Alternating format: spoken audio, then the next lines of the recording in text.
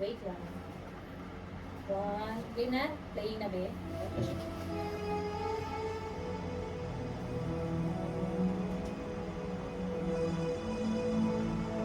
Ang mundo ay isang malaking tiyago. Maraming snatcher. Maaagawan ka. Kaya ganun na lang yun. After 5 years, inatapon niya na lang ang lahat. Pero sinota niya ako. Sinota niya ako na best friend niya.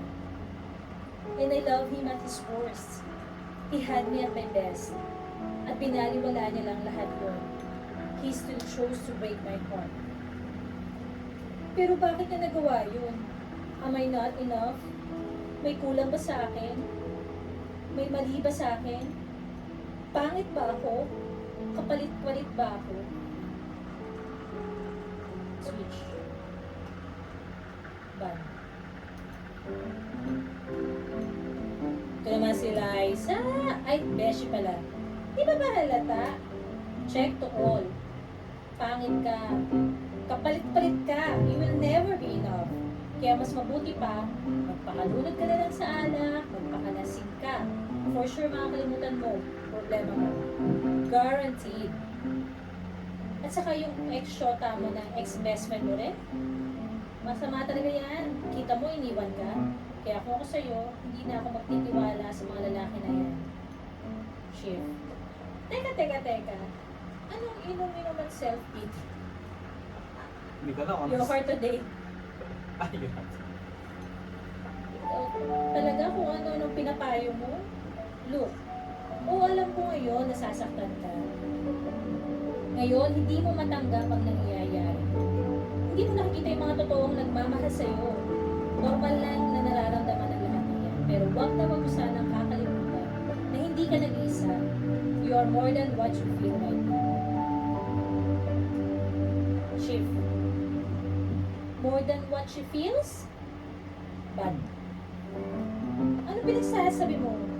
Pinagpalit at iniwan nga siya, oh. And right now, she's in pain. She can never recover from this. And that's all she will ever be. Good. Good. Diyan ka naman nagkakamali. She may be crying right now. But the love that she found through our Lord will bring healing and forgiveness. The comforting hands of our Lord are much more powerful than the pain she's experiencing. Mark my word, she will arise from this moment and will feel her love that is greater than her pain. Shift, bad. Something greater? Sus? Ano namang greater na yan? Love that is greater than her pain? Walang ganun, besh. Hindi totoo yan. Sa mundong ibabaw, isa lang ang greater na yan. Ang selfishness ng mga tao. Naalala mo? Hindi yung sinabi mo sa kanya. Pero tingnan mo anong napala niya sa greater love na yun. Wala. Kundi maging alone at sawili siya.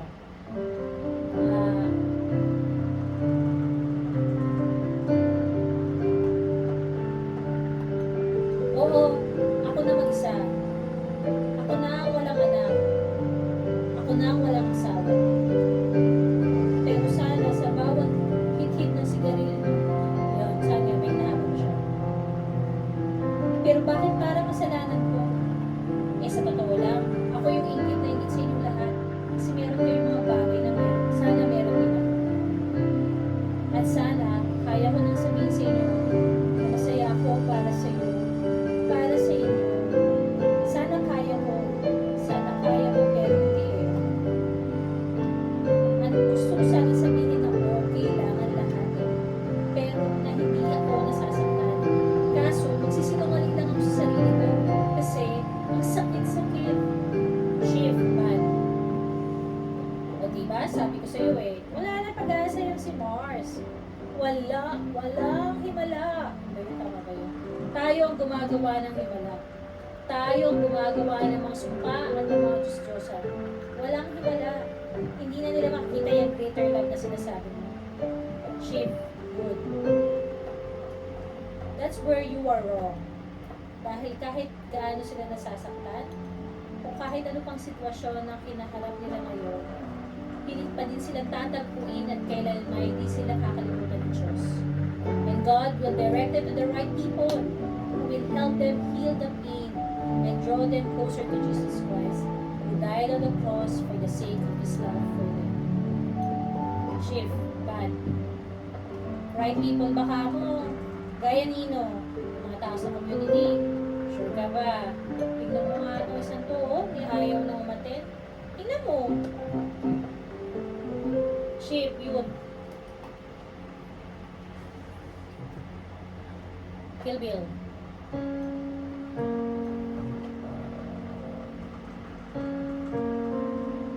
Oo, ako sa akin. Tan, tananana.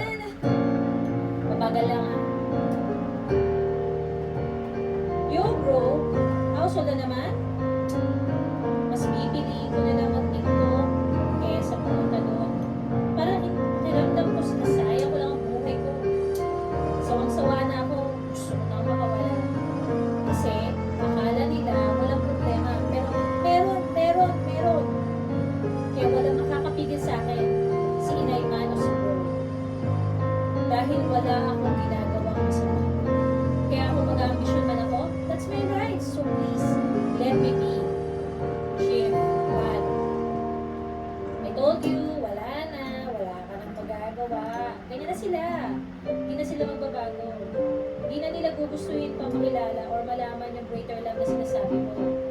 Good. Shift. Yan ang akala mo. Hindi dyan nagtatapos ang istorya ng buhay nila. They may feel hurt and sick of what's happening in their life right now. But God will always turn their situation into something that will eventually lead them back to Him.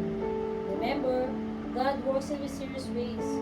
You will not see it right now, but He always has better plans. Shift, bad. Ayan ka na naman sa mga nonsense na pinagsasabi mo. Better plans? Gaya na mag-asawa na to, nagsimula sa magandang pagmamahalan, pero tingnan mo naman na ngayon. You still love me tomorrow, Shift.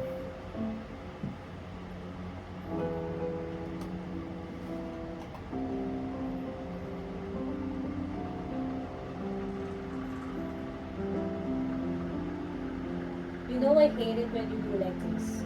Torture you with your silence.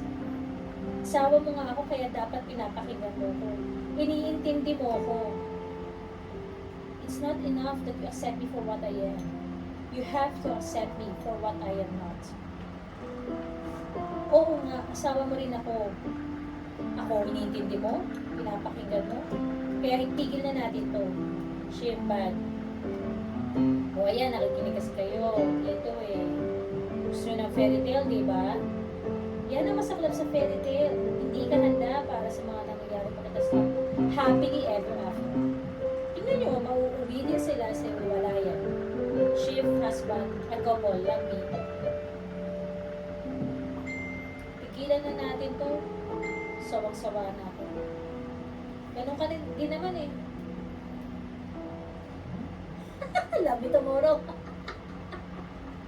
Paulit. Will you still love me tomorrow?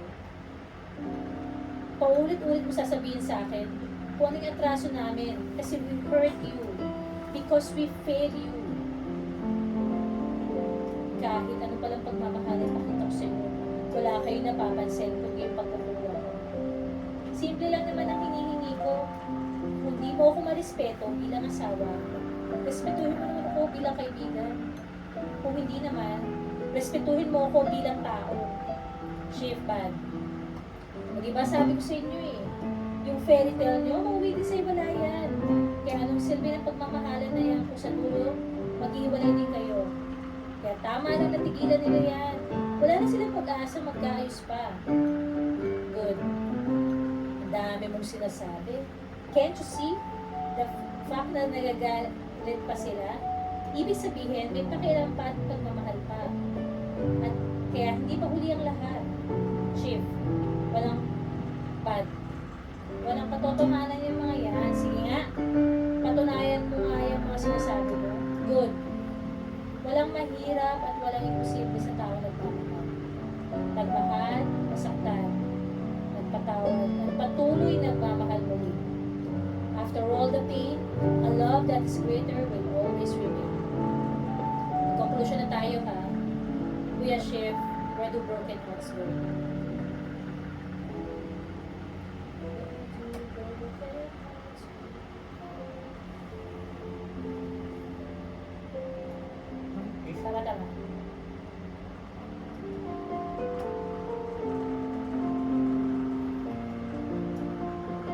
Paano mo makalimot?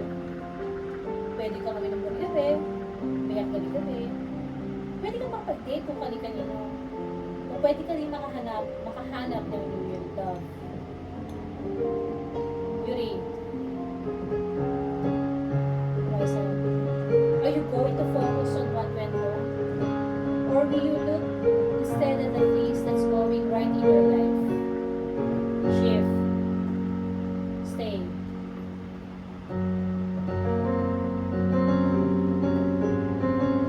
I may not have found a reason to stay, but I have found a reason to come back. Oh yeah, start over again. And now,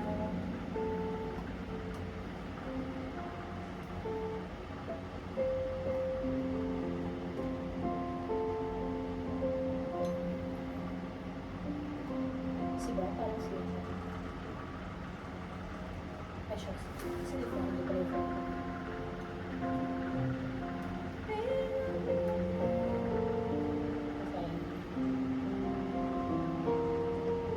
Kung mahal mo, habulin mo. Ipaglaban mo. Huwag mong hintayin may magtulak sa kanya pabalik sa iyo. Hilahin mo hanggang kaya mo. Huwag kang bibitaw. Pagod na ako magsinungaling. At pagod na ako magpagwaling. Patawarin mo ko. I can never love you. Humihingi rin ako ng tawad sa iyo. Mahal na mahal rin kita. Now, our love may be quiet and boring, but it is sure with the right amount of respect, trust, and even an allowance for mistakes. Mahal kita hindi dahil yun ang tama, kundi dahil yun ang totoo. Shift ko yan. Good pala, sorry, good.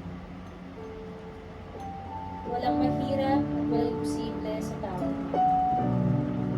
Lalo na ng Panginoon ang iyong sinasandalan at matatag na sandigan. Siya ang tunay na kahulugan ng pag-ibig. End ko na yan dyan.